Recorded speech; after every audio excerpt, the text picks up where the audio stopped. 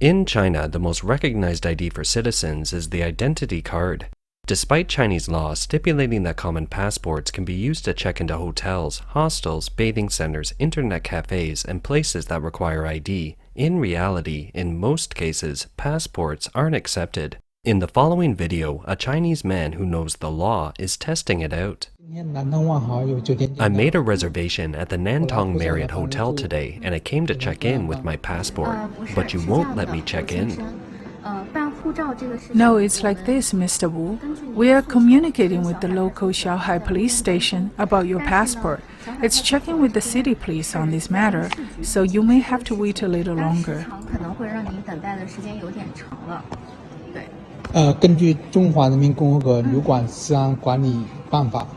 According to the regulation of People's Republic of China Hotel Security Management, Chinese residents staying in hotels need to have a valid ID. Valid IDs include identity cards, house registration books, passports, Hong Kong and Macau travel permits, etc. I am telling you now that my passport is legal and valid ID. You are breaking the law by not letting me check in. I am now educating you about the law. Your local regulation has violated the national law. Dear Mr. Wu, we have to follow the local security regulation in order to do business, right? If we let you check in straight away without checking with the local police or filing a report, and if your information fails to pass the police check, our business will be suspended. This is risky for the hotel. That's why we've taken all this time to do this. The local police have broken the law, and you follow them to violate the law. That is to say, even though they have done something illegal, your business will be suspended. That only means that the local police station and the Municipal Public Security Bureau are knowingly violating the law. If I appeal to the court, I tell you, this is the evidence. It's not the first time I have encountered this situation. It shouldn't be the first time for you as a hotel operator to have encountered this situation either. You just mentioned that you have an ID, right? All Chinese citizens have an ID card, but I also have a passport, which is also a valid document, and I asked to use it to check in. Now you are refusing to check me in. You, as the hotel and your local police station, are in violation of the law. The responsibility lies with your hotel because my passport is a valid document. Can you use a valid ID card? Can you listen to me first? In fact, you can just check in with your ID card. What I want to know is whether my passport is a valid document. I don't want to talk about ID cards right now. All Chinese residents have ID cards. You have one, I have one. I travel overseas frequently. You could have checked in with your ID card, but you demanded an extra 5,000 points. You have already delayed my check-in for more than an hour. I just asked to check in with my passport. You have delayed me for more than an hour, and it's affected my trip and my mood. It has caused me a loss. What could have been completed with a passport you chose not to? It's not that we aren't serving you. We are in the process of communicating. How long has the communication been? Tell me, how long has it been? As of now, it's 8:03 p.m. I arrived at the hotel at 7:20. 8:03 is when I first met you. I arrived here at 7:20. You guys have to go from one level to another till it gets to you. I don't care when you came to meet me. According to the time I arrived at your hotel, it has been 2 hours as it's now 9:10 p.m. You told me you were communicating, and the way you communicate is so inefficient. You have to ask your local police station, and then they have to contact the municipal police department. And then do they need to talk to the Chinese Ministry of Public Security next? We have to follow the procedure. Why don't you check the website of the Ministry of Public Security and see if my case has reached there? You just mentioned that we should write down the whole process and demand the hotel to compensate you for 5,000 points. Yes, because what you did has affected my mood and trip, causing me losses. I'm not in the mood to stay here anymore. I'll see you in court. All the recordings and videos today are evidence.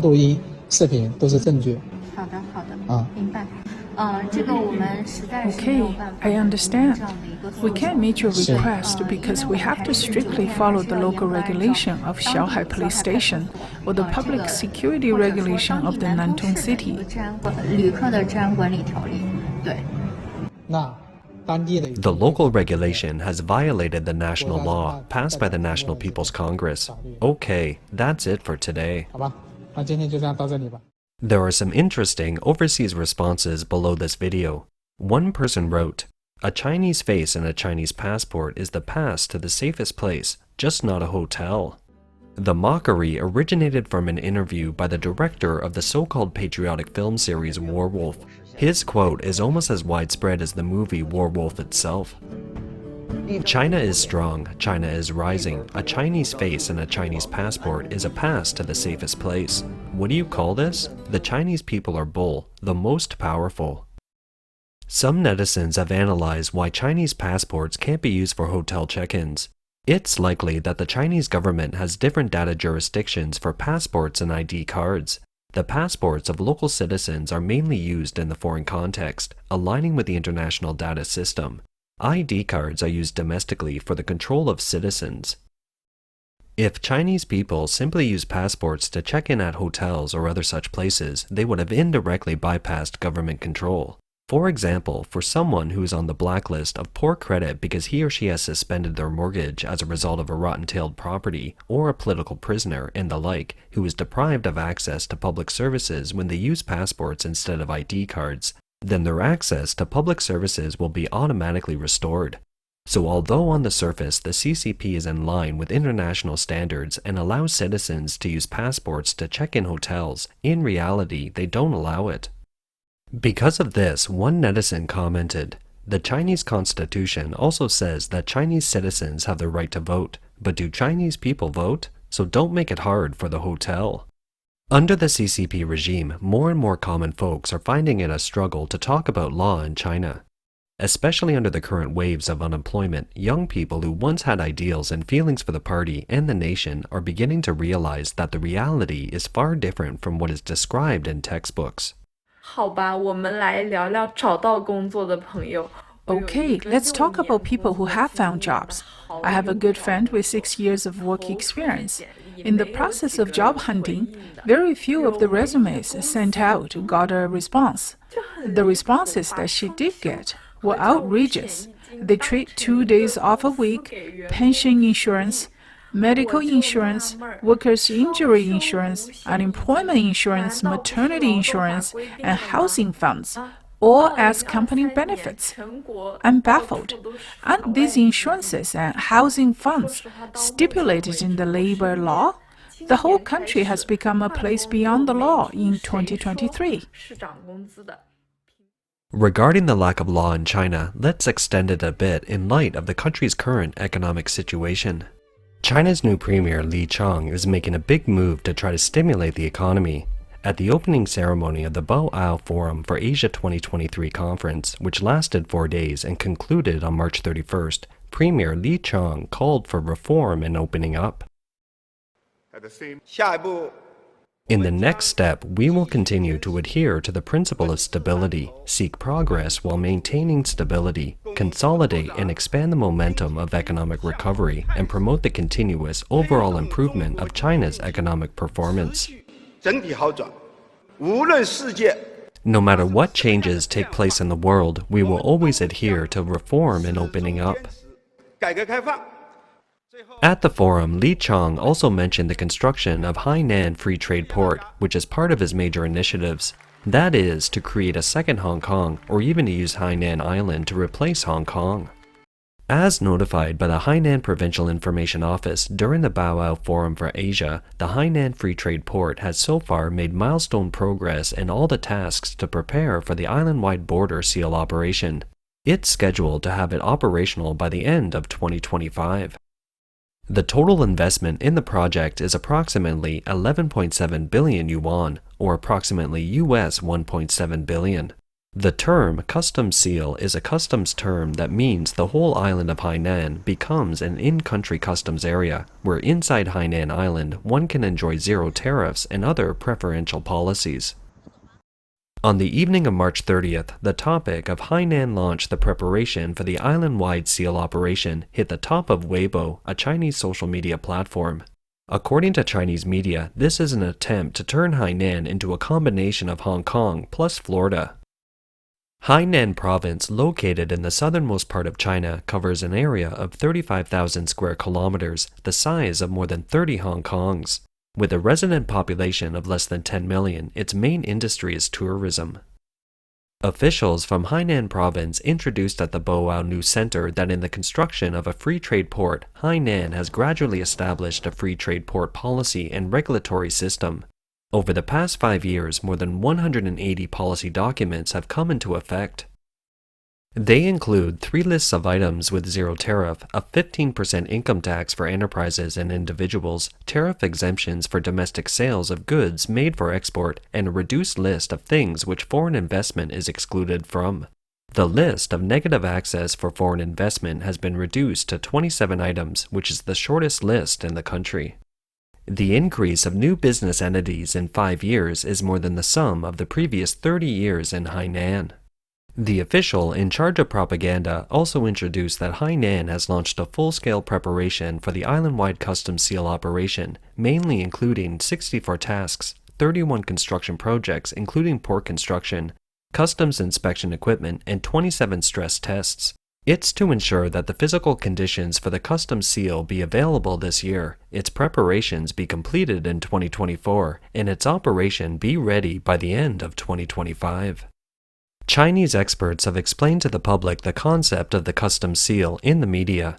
It's briefly described as the first line being opening up, the second line being the management control part, and zero tariffs for imported goods on the island. The so-called first line refers to Hainan's free trade port being connected to the world, and the opening up means a smoother connection with the world. The second line refers to the domestic connection being managed and controlled, mainly applying to goods, commodities, and means of transport rather than people. People will be managed in a user-friendly way with no sense of inconvenience.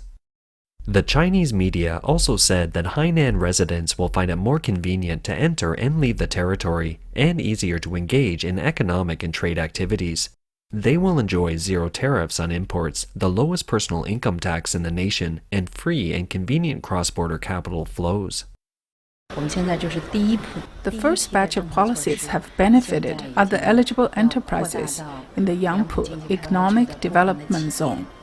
They will enjoy benefits such as simplification of the declaration process and tariff-free policy for domestic sales of products after value-added processing. In reality, since the 1980s, all the CCP leaders have attempted to make Hainan a model for economic development. For example, the late CCP leader Deng Xiaoping once said that he wanted to make a few more Hong Kongs. But in each case, it was all thunder and no rain, and Hainan's economic development has long lagged behind that of other provinces. Local residents rank behind most of the country in terms of income and benefits such as pensions. The status of a financial center often has to do with certain historical opportunities. Before the 20th century, Asia's first financial center was Shanghai, and then it shifted to Hong Kong, which later developed into one of the world's top 3 financial centers. There were 2 opportunities that prompted the capital to move south to Hong Kong. One was the war against Japan's invasion of China.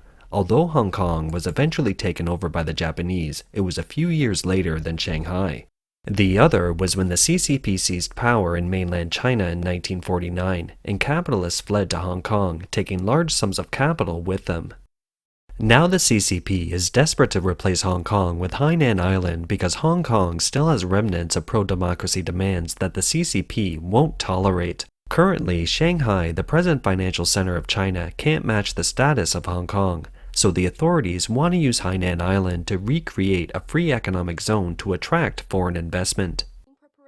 However, becoming a financial center requires more than just high economic growth. In order to have the world want to invest, it's necessary to have a transparent and a solid rule of law.